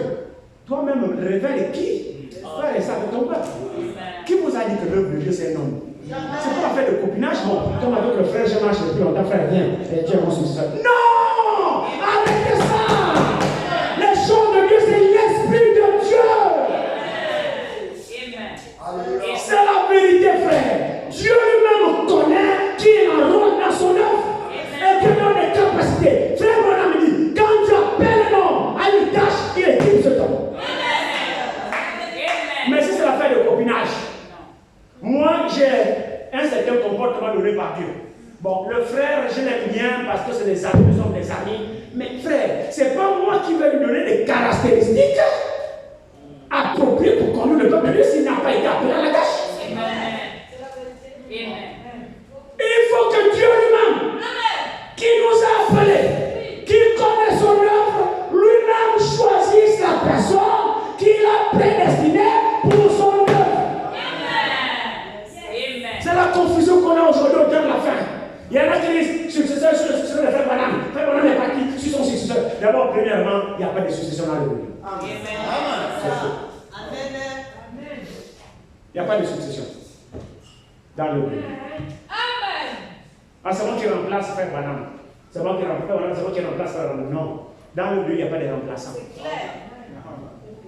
Non. Il n'y a pas de remplaçant. Dieu appelle qui il veut. Amen. L'œuvre de Dieu, c'est la continuité. Hein? C'est pas le domaine privé de Branham où on met les successions des remplaçants. L'œuvre de Dieu, ce n'est pas l'œuvre de Branham pour assurer son remplaçant. Comment ça? Vous avez vu ça? C'est l'œuvre de Dieu. Il a utilisé Branham, il a fini avec Branham. Le propriétaire de l'œuvre a choisi un serviteur fidèle et prudent. Il n'est pas le remplaçant de Branham pour la simple raison qu'il n'a pas le même ministère que Branham. Et il ne sera jamais Branham. Il n'est pas l'égal de Branham, il n'a pas le ministère de Branham, il n'est pas pareil que Branham, il n'a pas la mission de Branham. De même que Josué n'avait pas la mission de Moïse. Chacun de nous est différent dans le rôle de Dieu. C'est pourquoi il n'y a pas de remplaçant. Quand Moïse est parti, il est parti. Vous n'aurez plus jamais notre Moïse. C'est lui qui est venu s'appeler Josué. Ce n'est pas un autre Moïse. Il était différent de Moïse. Il s'appelait Josué. Il avait sa tâche, son rôle, son ministère et sa mission. Dans l'œuvre de Dieu, c'est la spécificité. Ce qui fait que si vous me perdez, vous n'aurez pas le remplaçant de frère Guy. Ça n'existe pas. Vous aurez un meilleur que frère Guy ou moins meilleur que frère Guy, mais vous n'aurez jamais un pareil frère Guy. C'est faux. C'est faux. Pourquoi? Pour la simple raison que chacun de nous est différent. Dieu nous a fait différents.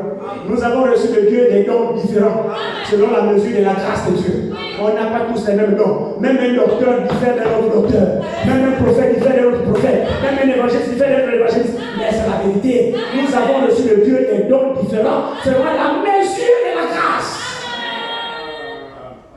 Il y a pas de discussion. C'est pour cette raison que nous sommes tous importants pour Dieu.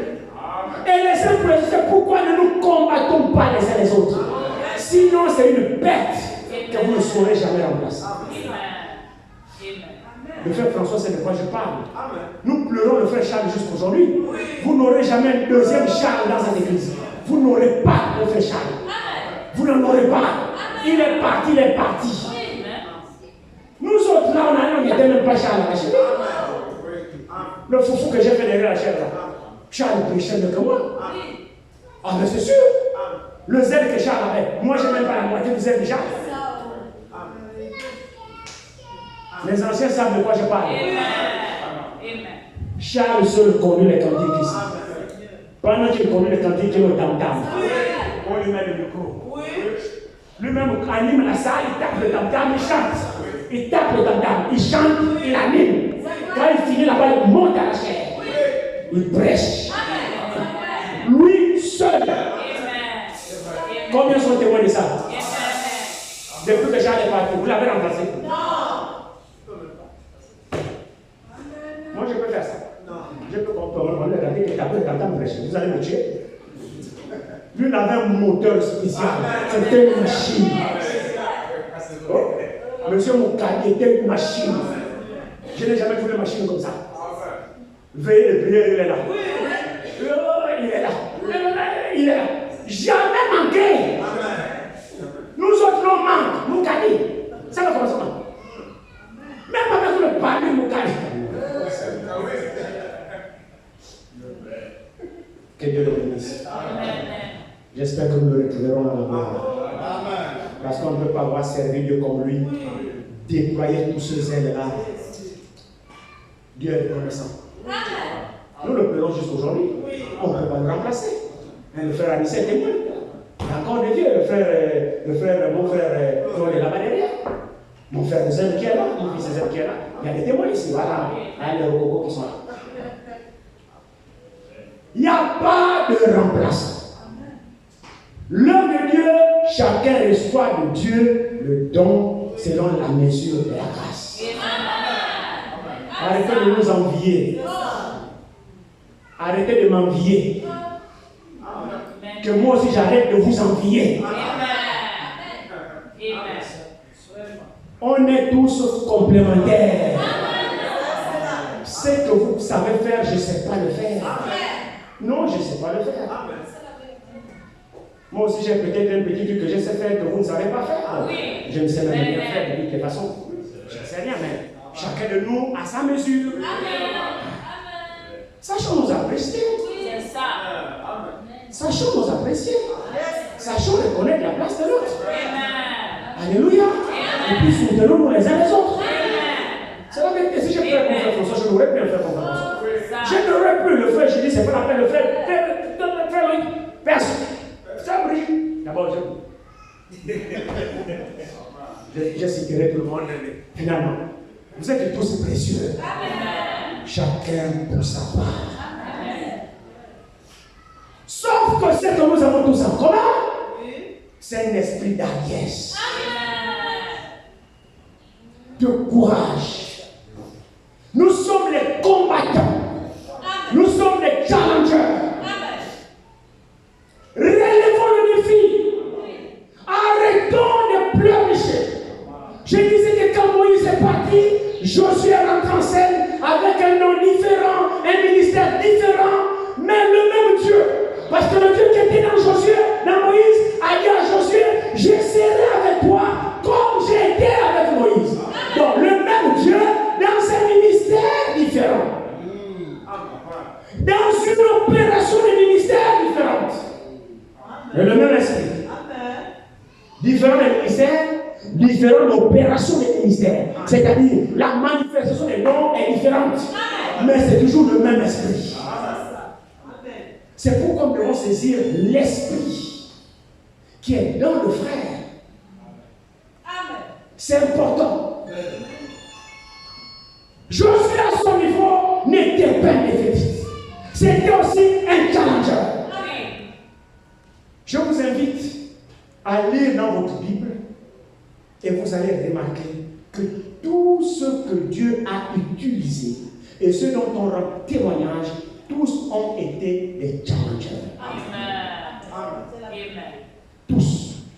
De l'Ancien Testament jusqu'au Nouveau Testament. Tous ont été des challengers. D'ailleurs, les héros de la foi, c'est des challengers. La foi, c'est la force. C'est la puissance qui relève le défi de l'obstacle. Jésus a dit, si vous avez la foi comme ce grand décélébré, vous dites à cette montagne, qu'est-ce que c'est la montagne? L'obstacle. Qu'est-ce que c'est la montagne? L'épreuve. Qu'est-ce que c'est la montagne? Un challenge à relever. Alors, qui peut relever ce challenge? C'est la foi. Alors, le challenger que nous avons besoin, c'est la foi dans la parole de Dieu. Amen. C'est un état d'esprit. Un courage inexprimable. Un courage incomparable. Un courage qu'un simple homme ordinaire ne peut pas avoir. Le courage que donne un challenger. L'état d'esprit dans lequel est un challenger. Oh oui, mon frère, ma soeur. Voici les vainqueurs. Voici les hommes et les femmes que Dieu utilise pour son œuvre sur la terre. Amen. Nous avons quel état d'esprit? Regardons un peu. Sommes-nous courageux? Nous passons le temps à nous lamenter. Nous passons le temps à pleurnicher. Nous passons le temps à ramper. Non, frère, ce n'est pas un état d'esprit d'un challenger.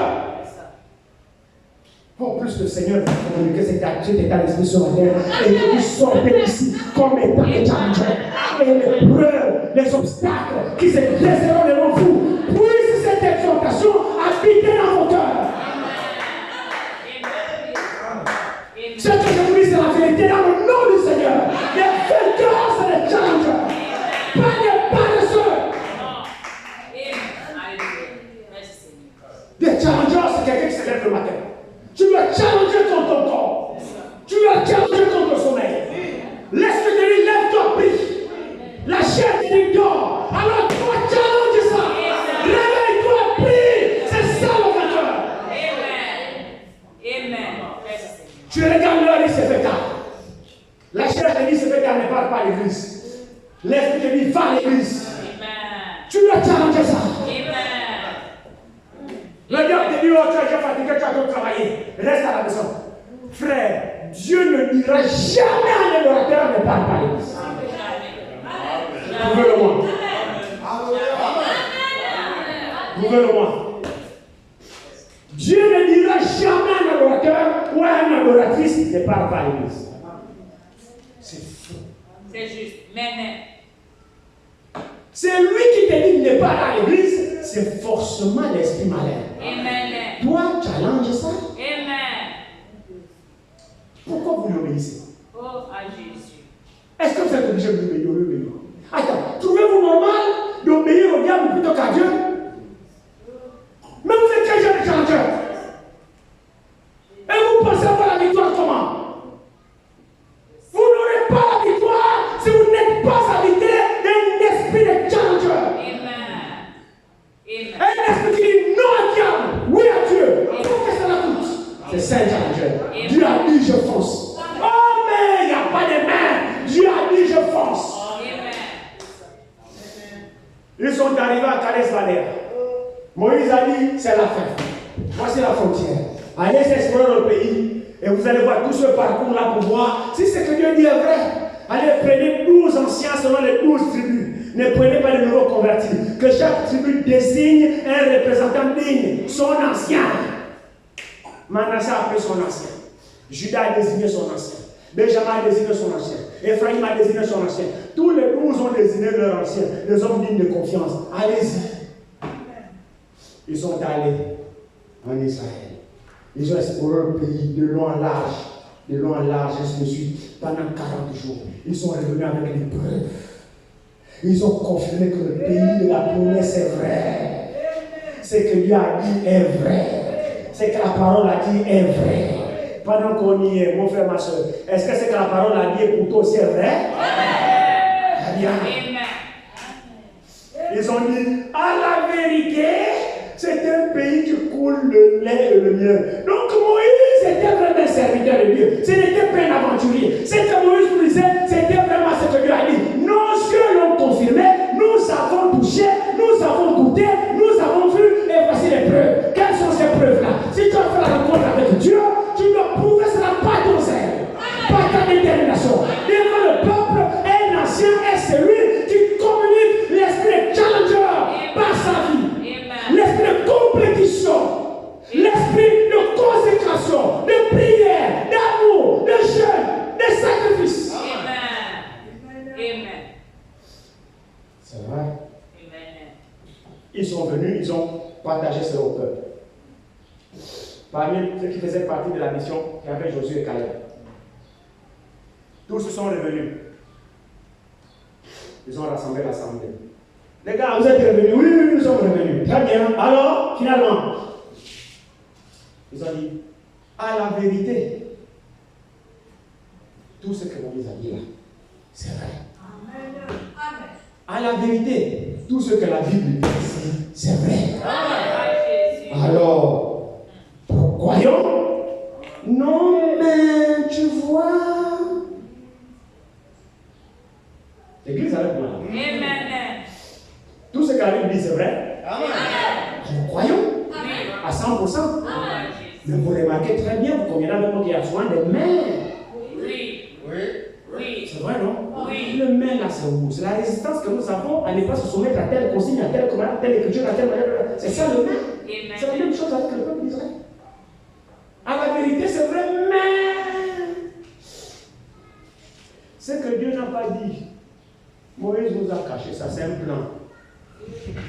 Est-ce que vous voyez dans l'écriture, Moïse, quand on venait là, est-ce que Moïse nous a prévenu qu'il y a des géants là? Moïse n'a pas prêché qu'il y a des géants. Moïse prêche la promesse de Dieu.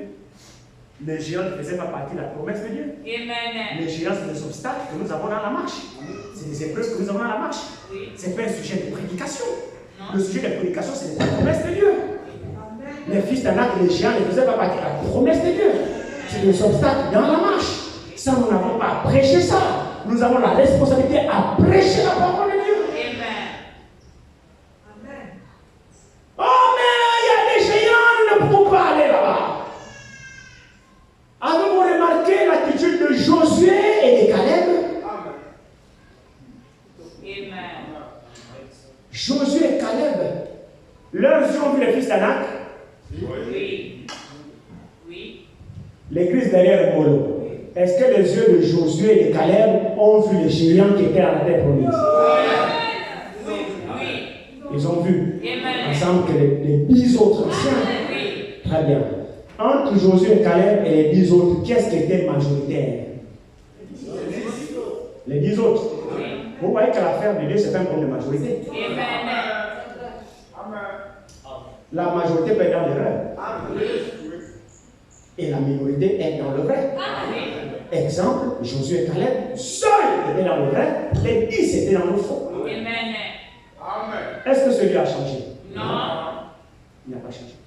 Pourquoi? Josué et Caleb avaient l'esprit de challenger. Que cela ne quitte jamais votre esprit. Josué et Caleb étaient des challengers. C'était des compétiteurs. C'est des gens qui sont animés avec un état d'esprit. Prenons pour le cas le plus connu de tous, le match de football. Même si tu as une équipe dans laquelle il y a Messi, Mbappé, Cristiano Ronaldo et tout ce que vous voulez. Maintenant, les autres équipes qui n'ont pas ces stars-là, on vous annonce que non, vous affrontez l'équipe de Messi, Mbappé, Cristiano Ronaldo, Moulungi ou j'en sais rien. Toi, maintenant, tu n'as pas de nom connu. Tu joues Cristiano. Messi, Mbappé. Non, frère, là, c'est 20 à 0. 20 à 0. C'est ça. Vous voyez un défaitiste? Le match n'a même pas encore eu lieu. Tu as déjà peur. À cause du nom de Mbappé. À cause d'un Messi, tu peux pas faire. Non, bon, en fait, essayons, mais sinon, il n'y a rien. Non! Amen. Vous voyez maintenant, non? Oui. Est-ce que vous voyez l'esprit? Mais l'équipe de Mbappé, Messi, on ne s'est jamais tapé. Je n'ai pas dans l'église. On n'a jamais tapé l'équipe de Mbappé, Messi ensemble. On les a tapés, non? Mais vous savez dans quel était l'état d'esprit de ceux qui les avaient affrontés? L'état d'esprit de l'équipe qui les avait affrontés était l'état d'esprit sans peur. Alléluia.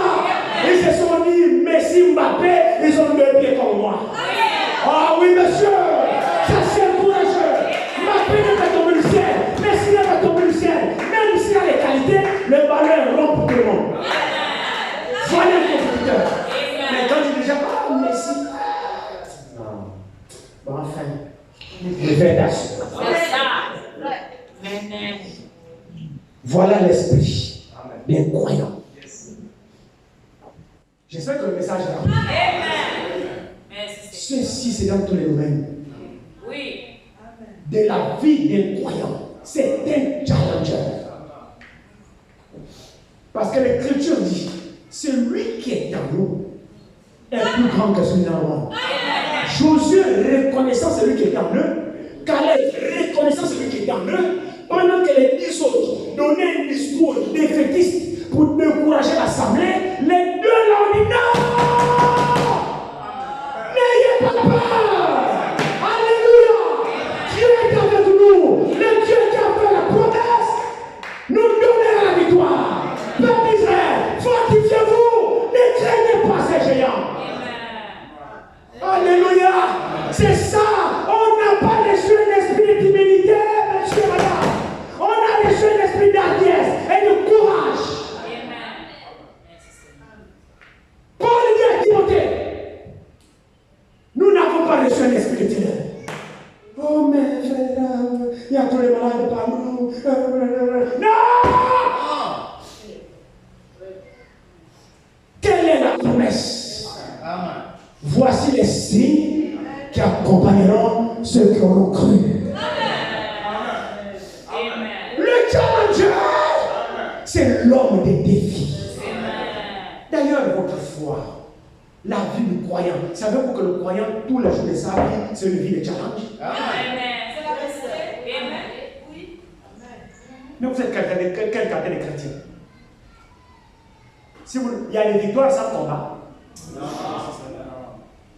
Il y a des victoires sans combat. Non. Vous combattez. Mais notre combat là est où? Parce que nous on fuit le combat. Avec un esprit de pleurnichement. Oh frère, rien ne va plus. Non, tout va. Le chrétien dit toujours, hein, tout va bien. Amen. Vous connaissez la femme tsunamite? Oui. Hein? C'est une challengeuse. Nous lisons ça dans la Bible. Mais regardez l'état d'esprit que les autres étaient animés. Nous servons quelle qualité de Dieu? Un Dieu défaitiste un Dieu de lamentation, un Dieu de pleurnichement. Nous sommes quelqu'un de vainqueur. La femme sunamite, avec Élisée. Elle était mariée. L'enfant est mort. Elle regarde son garçon. Mort. L'enfant se plaignait de mon idée d'appeler l'enfant est mort. L'enfant est mort, ouais. Elle regarde son mari. Le mari n'était pas au courant. Oh, je ne sais pas si on a encore des challenges ce matin ici. Elle dit à son serviteur, serre-moi là. J'irai avec le petit chez l'homme de Dieu. Serre là. On a serré là. Elle a mis l'enfant, elle est partie. Chez l'homme de Dieu, sans même informer son mari. Qu'est-ce que c'est une challengeuse? Elle savait le Dieu en qui elle a cru. Elle avait foi dans l'homme de Dieu. Elle savait qu'Élisée était l'homme de Dieu. Elle est arrivée. Dieu n'a rien révélé au prophète. Est-ce qu'elle a un problème? Femme, comment ça va? Tout va bien? La femme dit, tout va bien. Mais l'enfer, moi, comment tu peux dire tout va bien alors que tu as un cadavre? Mettez-vous à la place de cette femme. Quel esprit cette servante du Seigneur avait? Et toi, quel esprit tu as ce matin? Est-ce que c'est le même Dieu que toi tu adores? Tu as quel esprit en toi? Et cette femme-là avec quel esprit? Nous là aujourd'hui, on est mis sur le rouleau sol. Ah, mon mari, la passé, la femme, notre façon de pleurer, vous savez, non? On roule. Est-ce que cette femme n'aimait pas son enfant? Si. Elle a dit non. Cet enfant, je sais de qui je le tiens. Je sais qui m'a donné cet enfant. Et celui qui m'a donné cet enfant a la solution. Mon enfant ne va pas mourir. Frère, ramenez vos problèmes à la source. Amen. Vers celui qui a la solution à tout problème. Il s'appelle Jésus-Christ. Il n'échoue pas. Déposez sur lui tout. La Bible dit tous vos fardeaux, tous vos soucis.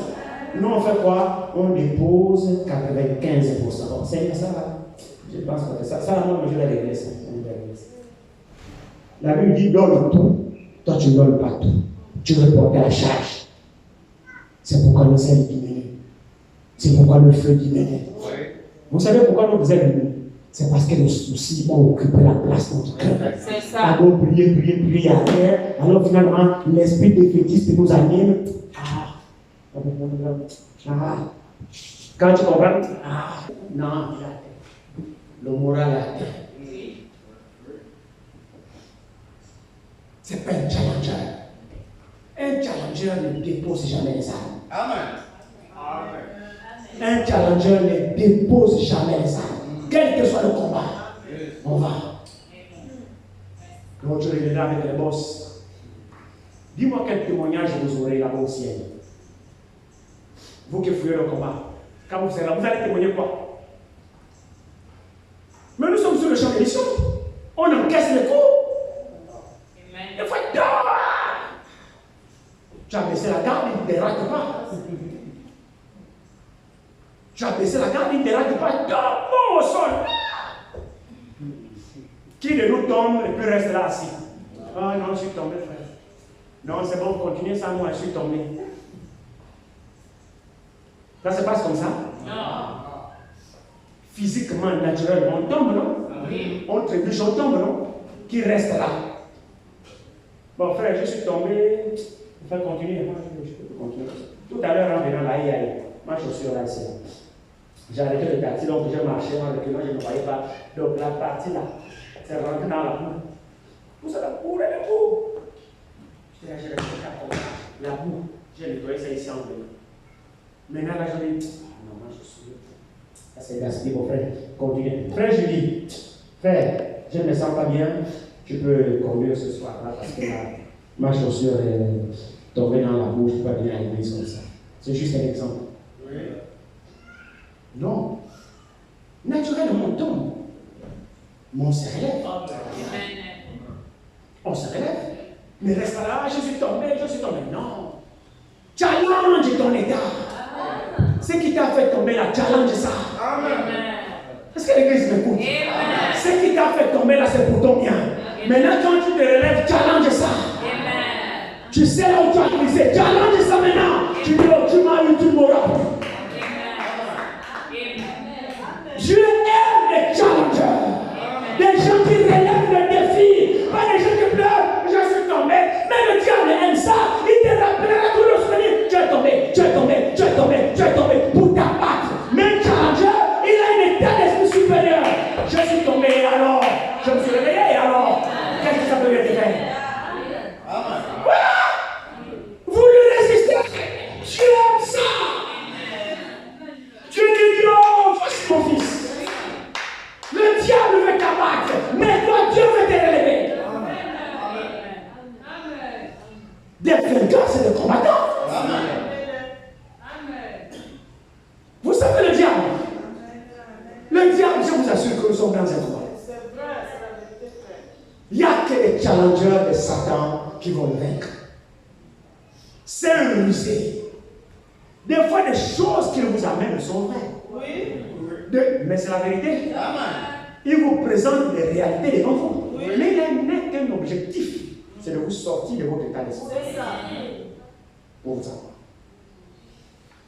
Résistez-lui avec une foi ferme.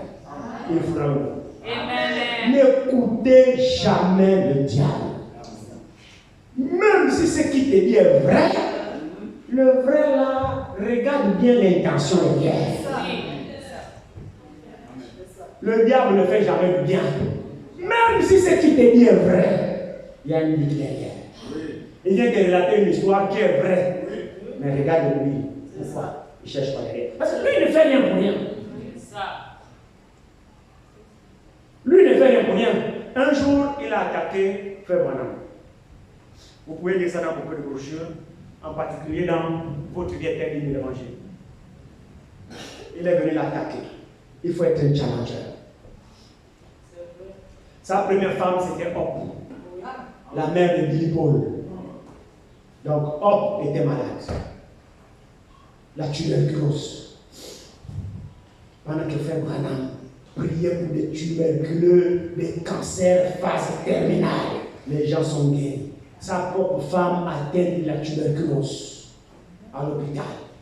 Il a prié. Imaginez-vous un homme. Il voit sa femme entre la vie et la mort. Et c'est seulement de vous imaginer que les gens les priaient, il va prier là. Oh, je sais de quoi je parle. Donc vous savez que je sais de quoi je parle, non? La prière là. Je ne sais même pas si j'ai prié comme 5 jours. Alors si c'est le prophète, imaginez que Jean les priait, il a prié pour sa femme. La Bible dit pendant qu'il priait, sa femme était. On défendait même qu'il aille là-bas parce que c'était contagieux à l'hôpital. Sa femme est morte. Sa fille Sharon, la petite soeur de Billy Paul, atteinte de la même tuberculose. L'enfant hospitalisé. Sa petite Sharon, il part prier, il dit, pendant qu'il priait, Dieu rabattait la moustiquaire, comme ça, comme pour dire, tais-toi, je ne peux pas t'écouter prier. Il sentait même que Dieu ne veut même pas l'écouter, la prière ne même pas exaucer. Sharon est morte. Sa femme morte. Sharon meurt. Son père meurt. Son frère meurt. Et il dit une succession de décès. Il dit pendant qu'il enterrait l'autre, les fleurs sont encore neuves que l'autre meurt. Il vient enterrer. Les fleurs sont encore neuves que l'autre meurt. Il enterre. Les fleurs sont... Et quand il enterre là, le soir, il a une réunion de campagne de guérison. Il doit aller prier pour les malades, les cancers, ils servent dans phase terminale, les morts ressuscitent, les paralytiques marchent, les boiteux, les aveugles, les sourds, les prières, tout le monde est guéri instantanément. Mais lui, son propre cas, les gens meurent dans sa propre maison. Il enterre sa fille le soir, il a la réunion. Il enterre sa femme le soir, il a la réunion. Il enterre son frère, il enterre son frère. Dépasser des événements, une succession de décès, prophète de son état. Le diable, c'est un opportuniste. Il aime bien les moments comme ça. Il dit, je pensais qu'il t'aimait. Tu dis tout le temps que Jésus est amour et quoi, il t'aime plus. Tu l'aimes, non?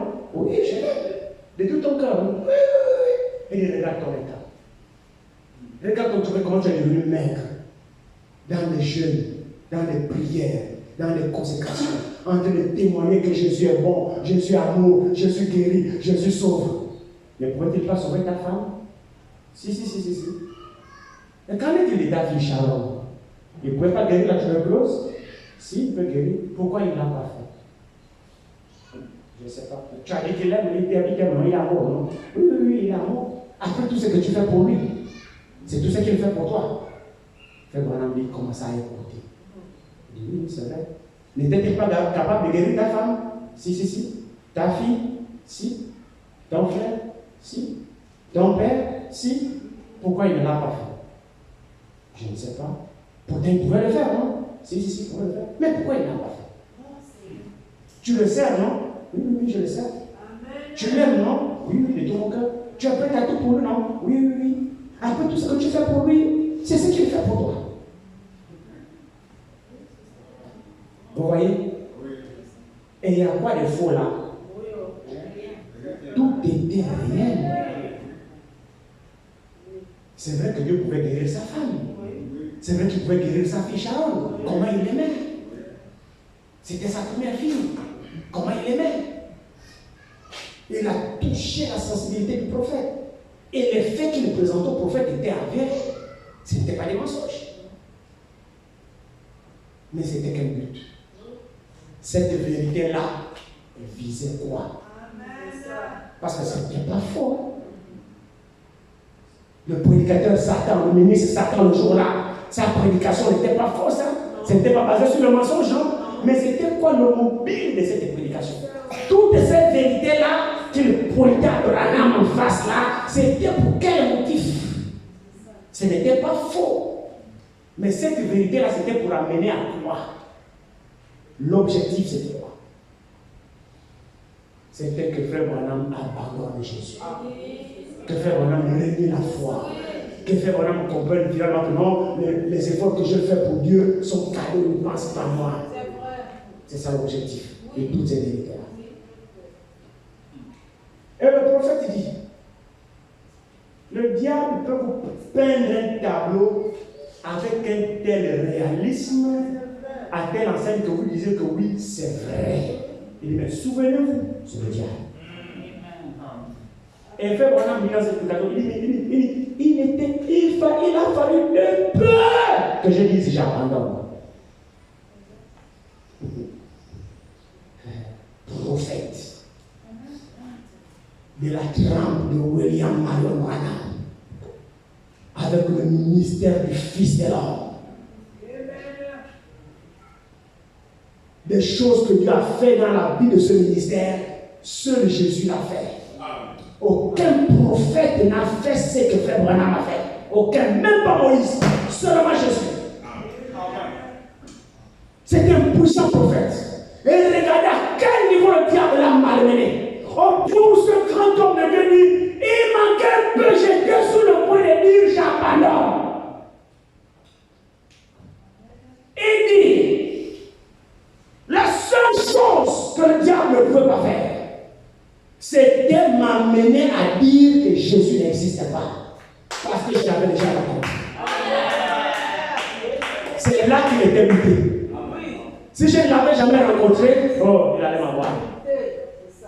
Mon frère, ma soeur, là je l'ai rencontré. Vous allez voir qu'à un moment donné dans notre marche, l'esprit challenger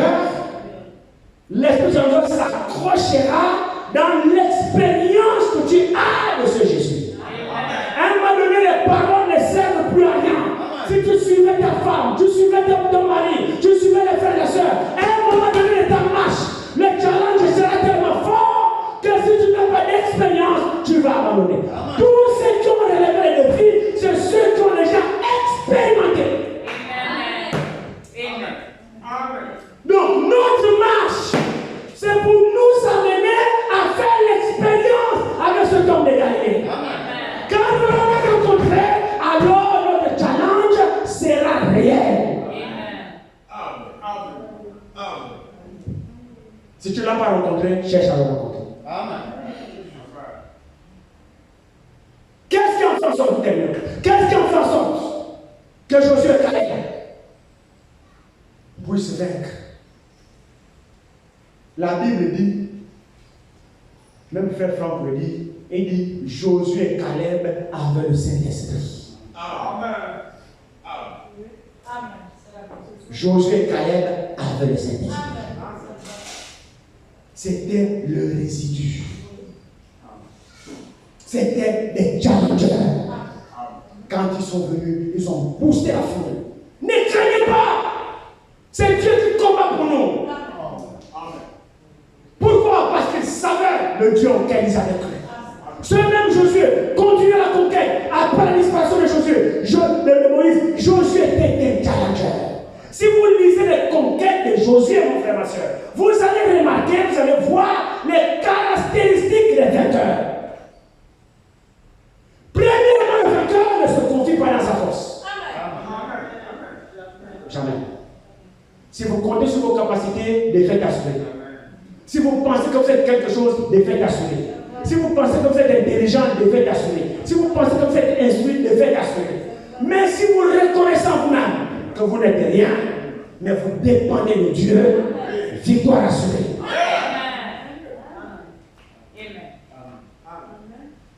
Tous les challengers se confiaient dans la ferme foi dans le Dieu auquel ils croyaient. Une foi sans faille. Je reçois cette pensée. Que le Seigneur bénisse mon frère Anissé. Je sens qu'il a une grande foi. Amen. C'est pas pourquoi je dis ça. Que Dieu te bénisse mon frère. Je sens que tu as une grande foi. Tous les challengers, c'est des gens qui se confient totalement dans leur Dieu. Ils ne sont rien, mais ils savent que le Dieu auquel ils croient est le Tout-Puissant. Ceux-là, c'est les vainqueurs. Leur état d'esprit est boosté dans la confiance qu'ils ont envers ce Dieu infaillible. J'espère que vous suivez. Arrêtez de pleurer. Dans quel état d'esprit Josué? Pendant la guerre, il combattait, je lisais encore ça ce matin. Vous pouvez lire dans Josué à partir de Josué 9 jusqu'à Josué 11. Les conquêtes de Josué. Là où il a arrêté le soleil. Josué était dans quel état d'esprit?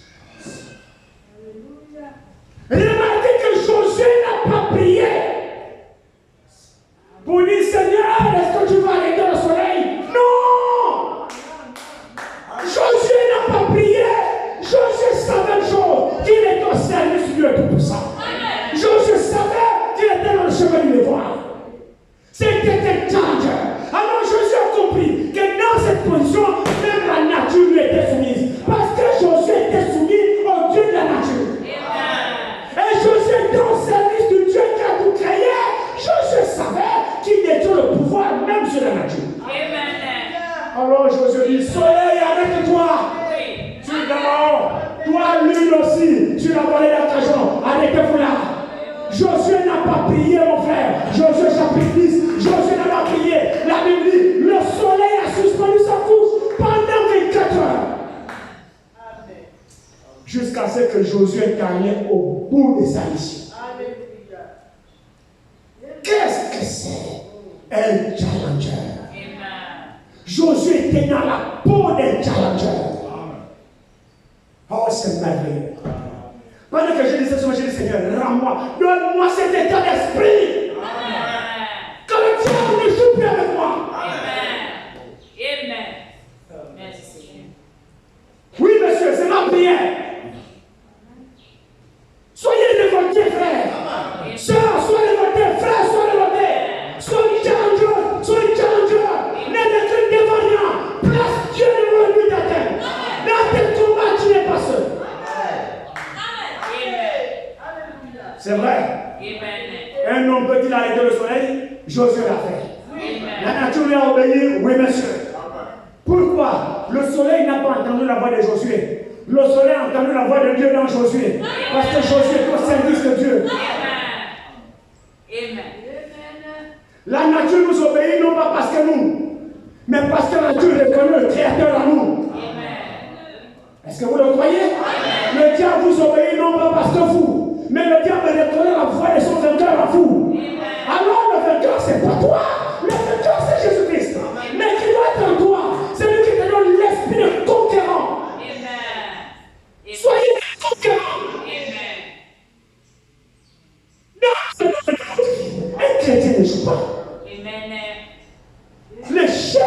n'appartient pas aux chrétiens. L'Église vient me donner un bon amen là. C'est comme si vous ne partagez pas mon avis. L'échec n'appartient pas aux chrétiens. Le mot échec n'est pas dans le vocabulaire de Dieu. Si Dieu n'échoue pas, le chrétien qui se confie en Dieu n'échoue pas aussi. Soyez des conquérants. Josué était un conquérant. Moïse est un conquérant. Caleb est un conquérant. Soyez animés d'un état de conquérant. On a reçu l'esprit de conquérant. Pas de tirer là, tu es malade, va à l'église. J'ai dit, hein, tu es malade, va à l'église. Viens en rampant. Challenge cet état. Tous ceux qui sont malades peuvent être guéris quand ils font ça. Je vous le dis la vérité. Tous ceux qui sont malades peuvent sortir de ce bâtiment étant guéris. Rien qu'en écoutant ça. Soyez des conquérants. Ce n'est pas moi qui fais la promesse, c'est Dieu qui fait la promesse. Moi, je vous donne les promesses de votre Père. Je ne parle pas ici des mêmes choses. Non. C'est écrit ici. Pourquoi vous acceptez la défaite? Nous n'avons pas été destinés à la défaite. On a été destinés à la victoire. Vous quittez Josué. Vous regardez Samson. C'était des challengers. Amen. Oh mon frère et ma soeur, tous les combattants de Dieu sont des challengers. Vous quittez Samson, vous arrivez à David, c'est des challengers. Amen. Ce sont des héros de la foi. Des courageux qui ne voyaient pas les obstacles devant eux. Sinon, dites-moi mon frère et ma soeur, dans quel état d'esprit David était lorsqu'il affrontait Goliath? C'était pas un challenger? Vous me permettez, on termine par ça? Excusez-moi, s'il vous plaît. Prenons, je crois, 2 Samuel, s'il vous plaît. 1 Samuel 17. On va peut-être terminer par ça.